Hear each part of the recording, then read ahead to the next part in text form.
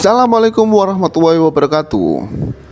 Video kali ini kita akan membahas tentang analisa SWOT atau biasa disebut SWOT. Apa itu analisis SWOT?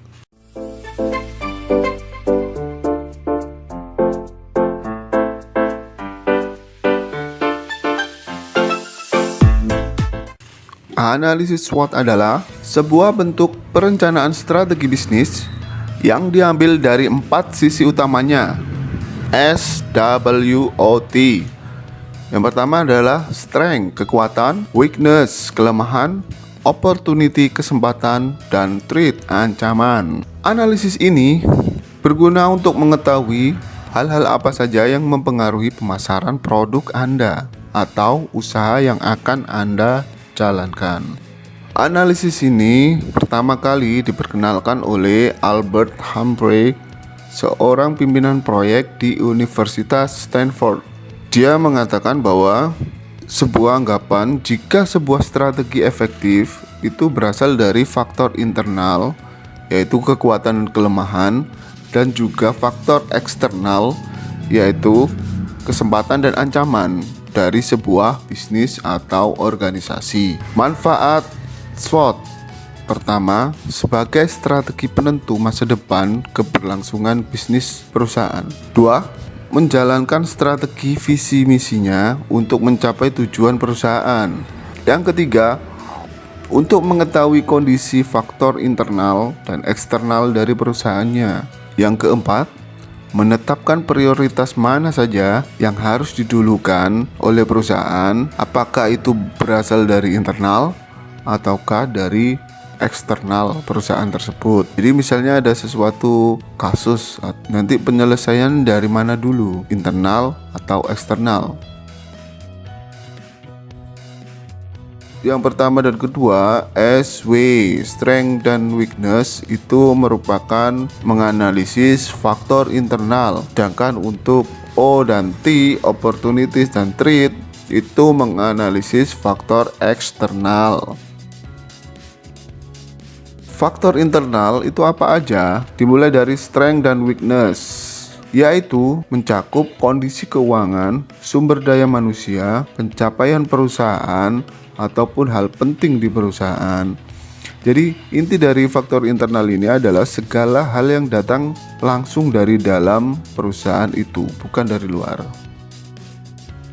Tambah satu, strength atau kelebihan atau kekuatan. Strength ini merupakan kekuatan yang dimiliki oleh suatu perusahaan atau organisasi yang bisa memberikan pengaruh positif pada saat ini ataupun masa yang akan datang. Analisis ini dapat diisi menggunakan panduan sebagai berikut. Pertama, kelebihan apa yang dimiliki oleh perusahaan atau organisasi kita? Kedua, apa yang membuat perusahaan atau organisasi kita lebih baik dari perusahaan atau organisasi lain? Ketiga, keunikan apa yang dimiliki oleh perusahaan atau organisasi kita yang tidak dimiliki oleh perusahaan lain? Keempat, apa yang menyebabkan perusahaan kita itu mendapatkan penjualan atau mendapatkan respon yang baik dari masyarakat? Kelima, apa yang dilihat atau dirasakan oleh konsumen sebagai suatu kelebihan, sebuah feedback dari pelanggan atau konsumen kita kepada kita. Weakness, kelemahan dari sebuah perusahaan atau organisasi kita. Weakness merupakan suatu situasi atau kondisi yang merupakan kelemahan yang dimiliki oleh perusahaan atau organisasi yang memberikan pengaruh negatif pada saat ini ataupun masa depan. Analisis ini dapat diisi menggunakan panduan berikut. Pertama, apa yang dapat kita tingkatkan dalam perusahaan ini? 2. Apa saja yang harus dihindari oleh perusahaan atau organisasi kita agar perusahaan ini dapat bertahan lebih lama? 3. Faktor apa saja yang menyebabkan kehilangan penjualan atau kehilangan kepercayaan masyarakat? 4. Apa yang dilihat atau dirasakan oleh konsumen sebagai kelemahan perusahaan atau organisasi kita? Jadi kita membutuhkan kritik dan saran dari konsumen tentang produk-produk kita. Kelima, apa yang dilakukan oleh pesaing kita sehingga mereka dapat lebih baik dari perusahaan atau organisasi kita. Jadi kita melihat internal kita dulu, kira-kira yang kurang dari kita itu apa dibandingkan dengan kompetitor kita. Opportunities atau kesempatan maupun threat ancaman. Analisis faktor luar ini bisa disederhanakan dengan akronim PESTEL.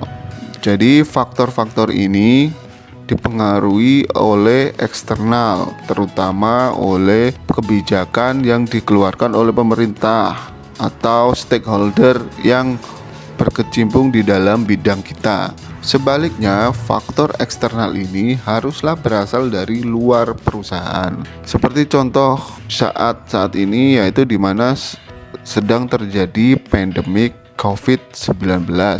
Kita tidak bisa merencanakan dari dalam, tapi itu dari luar. Kayak aturan yang berlaku, itu yang membuat kita harus beradaptasi dengan peraturan yang baru. Opportunities.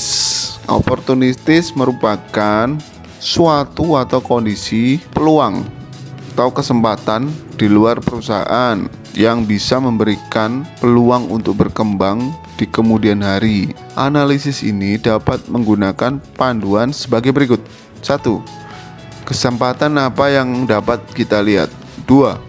Perkembangan tren apa yang sejalan dengan perusahaan atau organisasi kita. Misalnya perkembangan sekarang udah take away, online, semuanya harus kita ikuti karena itu merupakan keniscayaan. Jika kita tidak mengikuti itu, maka kita yang akan tertinggal oleh kemajuan zaman.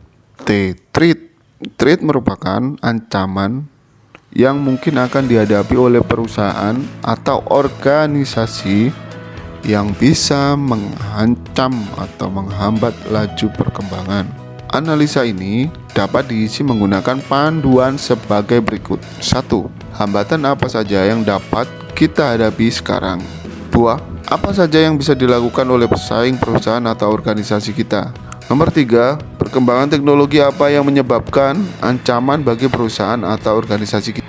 Kita harus update karena banyak sekali usaha atau jasa di kemudian hari yang punah karena terdapat teknologi-teknologi yang telah menggantikannya. Nah, yang keempat ini misalnya di masa pandemik seperti ini, apakah peraturan pemerintah itu mengancam keberlangsungan kita? Misalnya kayak tidak boleh adanya jam malam melebihi jam 10, padahal penjualan kita itu terbanyak jam 10 ke atas. Nah, itulah kita harus mencari jalan keluar terhadap masalah itu misalnya, dan lain sebagainya. Contoh penerapan SWOT pada bisnis UKM, dalam hal ini adalah bisnis tas wanita online. Strength-nya, konsep gaya yang ditawarkan adalah kekinian, update, trendy.